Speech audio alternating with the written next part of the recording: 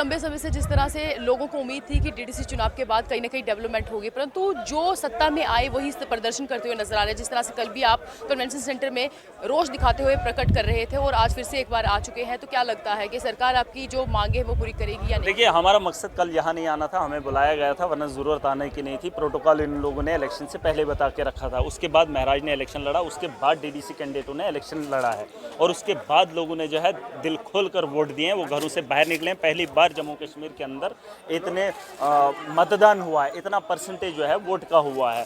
कहीं ना कहीं लोगों को उम्मीदें हैं। मैं चाहता हूं कि लोगों के पास जो हमारी तरफ से उम्मीदें हैं, उन उम्मीदों पर खड़ा उतरने की पूरी कोशिश हम लोग करना चाहते हैं। और वहीं सरकार जो है हमें प्रोटोकॉल ऐसा दे रही है जो तहसीलदार का भी नहीं है, जो चपरासी का भी नहीं है, और सैलरी ऐसी रखी है जो यहाँ कोई गवर्नमेंट एम्प्लॉय के लिए कोई फार्म ही ऐसा नहीं लगता है जहाँ 20,000 से कम सैलरी दिखाई जाती हो। 4th क्लास का अगर फॉर्म लगाना है जम्मू कश्मीर के अंदर 30,000 कम से कम सैलरी होती है। और वहीं एक आदमी जो है इलेक्शन जीत कर आए, कॉन्स्टिट्यूंसी को रिप्रेजेंट करने की बात कर रहा है, उसको 15,000 सैलरी देंगे और प्रोटोकॉल उसके पास नहीं है। फिर किस बात की डेवलपमेंट की बात कर रहे हैं ये? और जो 370 तोड़ने की बात की थी, उसके बाद जो डेवलपमेंट की बात इन लोगों ने करी थी, वो डेवलपमेंट कैसे होगी? जब हमारे पास पावर्स नहीं होंगी तो डेवलपमेंट कैसे करेंगे? और जो लोगों ने बढ़ चढ़ कर 2 महीने जो हंगामा बर्पा किया था, दिन रात लोगों ने मेहनत की, डीडीसीज को बनाकर लाए, पुरानी पार्टियों को धकेल दिया, और आज अगर हम सड़कों पर होंगे, ये शर्म की बात उन लोगों के लिए है। कम से कम शर्म आनी चाहिए उन लोगों को। या तो शराब पीकर पागल हो रहे हैं, जम्मू कश्मीर को या तो बेचना चाहते हैं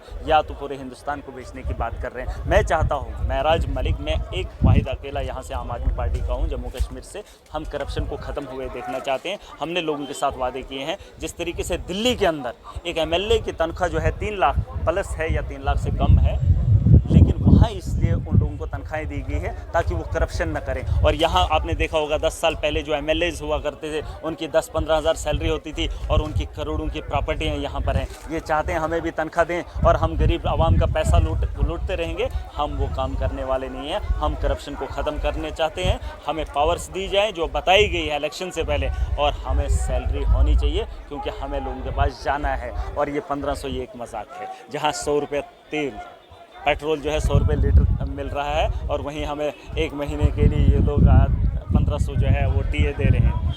1500 टीए, हाँ, तो चलने फिरने का ये मजाक नहीं और क्या है। वहाँ गैस जो 1000 रुपये मिल रही है। मुझे लगता है कहीं ना कहीं या तो ये पागल हो रहे हैं या तो ये जम्मू कश्मीर को पागल करना चाहते हैं। और एक आखिरी मैसेज मोदी सरकार को, सेंटर की सरकार को बताना चाहता हूँ, पूरे हिंदुस्तान की आवाम को बताना चाहूँगा, क्योंकि एक आखिरी उम्मीद थी डीडीसी। अगर आज की डेट में हम लोगों के साथ इंसाफ नहीं कर पाए तो यकीनन जो है जम्मू कश्मीर की आवाम वोट देना बंद कर देगी। इसलिए बेहतर है कि लोगों के साथ इंसाफ किया जाए। डीडीसी को एक विश्वास करके वोट दिया था कि कहीं ना कहीं उनके क्षेत्र में डेवलपमेंट होगी, परंतु जिस तरह से प्रोटोकॉल आया है, आपको लगता है कि डेवलपमेंट की ओर ये नया कदम था? देखिए मैम, आप मीडिया से हैं, आपको तो बहुत ज़्यादा पता है इसके बारे में कि ये इलेक्शन जो हुए, ये एक बहुत ही ऐतिहासिक इलेक्शन थे, हिस्टोरिक इलेक्शन जिन्हें हम बोलते हैं। क्योंकि अगस्त 5 के बाद और JNK की हिस्ट्री में पंचायती राज सिस्टम को कंप्लीट करने का ये एक बहुत बड़ा स्टेप था, जिसको हम थर्ड टायर एक सिस्टम भी बोलते हैं। देखिए, कहीं ना कहीं इसका जो बिगुल है वो सिर्फ JNK में नहीं बजा या दिल्ली में नहीं बजा, वो पूरी दुनिया में बजा। तो अगर ये इलेक्शन इतने ज़रूरी थे और इतने ज़रूरी हैं भी, तो आपके नुमाइंदे अगर चुन के आए हैं लोगों के वोट से, तो सीधी सी बात है, अगर इतना ज़्यादा पार्टिसिपेशन लोगों ने दिखाया इन इलेक्शंस में, और वो भी उसका महत्व इसलिए बनता है क्योंकि अगस्त 5 के बाद ये इलेक्शन हुए हैं, तो कहीं ना कहीं इसका मतलब ये है लोग जो है ग्राउंड पे डेवलपमेंट चाहते हैं। तो अगर आप डेवलपमेंट कर नहीं सकते, आपने एक डीडीसी को जब लोगों ने चुना और लोगों के बीच में भेजा है, तो अगर आपके पास पावर्स ही नहीं हो, आपके पास वो प्रोटोकॉल ही नहीं हो, आप एम्पावर्ड ही नहीं है, तो कहाँ पे किस तरीके की डेवलपमेंट होगी, आप बताएं। बाकी ये चीज़ जो है, कल से एक नई चीज़ फैलाई जा रही है कि डीडीसी जो है वहाँ पे जो प्रोटेस्ट कर रहे हैं वो पैसों के लिए प्रोटेस्ट कर रहे हैं। तो ये एक नई चीज़, साजिश है हमारे खिलाफ। ऐसी कोई बात नहीं है। आपको भी पता होगा कि हमारे कितने सारे डीडीसी जो हैं वेल एजुकेटेड हैं, बड़ी बड़ी नौकरियाँ छोड़ के आए हैं, चाहे गवर्नमेंट सेक्टर के हो चाहे प्राइवेट सेक्टर के हो। उसके बाद अगर पैसे की बात होती है तो क्या मतलब बनता है? बात सीधी सी है, हम लोगों की लड़ाई लड़ रहे हैं, जिन लोगों ने हमें यहाँ भेजा है। अगर आज हम उनके हक के लिए यहाँ खड़े होकर लड़ेंगे नहीं और इस एडमिनिस्ट्रेशन को जगाएंगे नहीं और एम्पावरमेंट नहीं लेंगे, तो कल हम उन लोगों का काम नहीं कर सकते और वो लोग हमसे सवाल पूछेंगे ना। सरकार के अंदर जो लोग ब्यूरोक्रेट्स बैठे हैं ये उन्होंने किया है, सरकार की इसमें गलती नहीं है, क्योंकि जम्मू कश्मीर में इस वक्त एलजी साहब हैं, उनके बगैर ये किया गया है। जो ब्यूरोक्रेट इस रियासत को चला रहे हैं, ब्यूरोक्रेट नहीं चाह रहे हैं कि डेमोक्रेसी यहाँ बहाल हो, यहाँ अवामी नुमाइंदे आ जाएँ, यहाँ अवामी नुमाइंदे जो हैं government is of the people, for the people and by the people.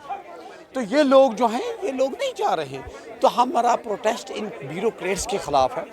कोई हमारा तनख्वाह नहीं है, हम बोलते हैं कि तनख्वाह जो है वो चीफ़ सेक्रेटरी साहब रख लें, हमारी तनख्वाह अपने डायरेक्टर साहब को इतना इजाफा कर लें अपनी तनख्वाह में, वो काम करते हैं। हमें तनख्वाह का मसला नहीं है, हमें जो है हमारा स्टेट्स जो है, हमारा जो प्रोटोकॉल जो दिया जा रहा है, मैडम देखिए डिस्ट्रिक्ट डेवलपमेंट बोर्ड जो है उसमें जब हम प्लानिंग में नहीं बैठेगा हमारा डीडीसी, तो वो अपने इलाके के क्या काम कर सकेगा। प्लानिंग के बाहर किया गया है हमको, तो प्लानिंग ही ज़रूरी है। जब प्लान हम नहीं दे पाएंगे तो हम अपने इलाके की डेवलपमेंट जो है वो कैसे कर पाएंगे। और दूसरी एक बात, हमें बड़ा दुख हुआ कि कश्मीर से जितनी भी महिलाएं इन्होंने लाई थी सुबह 8 बजे होटलों से निकाला गया और डीपीओ साहिबान जो हैं वो हमारे वापस चले गए। तो ये बड़ी बदकिस्मती की बात है कि एडमिनिस्ट्रेशन जो है इतना अड़ियल रवैया जो है हमारे ख़िलाफ़ जो है कर चुकी है, अपना चुकी है। हम इलेक्टेड लोग हैं, हम 50-50 हज़ार लोगों के वोट लेकर आए हैं, लोगों का एतमाद लेकर आए हैं। ये पूरा देखिए मैडम, पूरा जम्मू कश्मीर यहाँ है, ये 280 ये नहीं है, पूरा जम्मू कश्मीर के लोग यहाँ पर हैं। ये इलेक्टेड लोग हैं, हर एक ने इलेक्शन लड़ा है, कोई सेलेक्ट होकर नहीं आया है, किसी की नॉमिनेशन नहीं आया। All the people elected by the people, all the representatives elected by the people. जिस तरह से अगर डीडीसी चुनाव की बात करें तो महिलाओं ने बहुत अच्छे से पार्टिसिपेशन दिखाया और कहीं ना कहीं इस बार सत्ता में भी महिलाएं आए, तो सबको उम्मीद थी कहीं ना कहीं डेवलपमेंट होगी। परंतु जिस तरह से प्रोटोकॉल आया हुआ है, आप लोग उसके खिलाफ हैं, क्योंकि कहीं ना कहीं वो डेवलपमेंट की ओर नया कदम तो नहीं दिखता है। तो उस पर क्या कुछ लगता है कि अगला स्टेप क्या होगा? अगला स्टेप वही होगा, हमारा जो हमारी मांगे हैं पूरी हो जाएंगी तो ठीक है, नहीं हो जाएंगी पूरी तो हम रिज़ाइन करेंगे। क्योंकि हमने ज़्यादा वादे दिए थे अपनी बहनों को, हमने ज़्यादा वादे दिए थे औरतों को।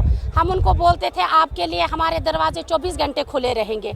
लेकिन जब उन्होंने ये सुना है और उन्होंने देखा कि आर्डर क्या है, इनको कौन सा आर्डर दिया गया है, इनके कौन से इख्तियारात हैं, वो हमसे भी ज़्यादा मायूस है। तो इसलिए मैं चाहती हूँ कि जो हमारा हक है वो हमें दिया जाए, ताकि हम जाके अपने इलाकों में जाएंगे, वही करेंगे जो हमारा मकसद था। अगर हमें वो प्रोटोकॉल नहीं दिया जाएगा तो हमें लग रहा है कि ये फिर बिल्कुल बेसूद है। आपका क्या कुछ कहना है इसमें? मेरा भी यही कहना है कि जो प्रोटोकॉल है जिस हिसाब से पहले दिखाया गया था या बोला गया था कि इस हिसाब से पावर्स दी जाएंगी, तो वो पावर्स हमें नहीं मिली। तो हमने जो अपनी आवाम के साथ जो वादे किए हैं कि हम आपके काम कराएंगे, आपकी मुश्किलों को आसान करेंगे, तो उस हिसाब से आज हम देखते हैं कि हमें वो इख्तियारात नहीं दिए गए।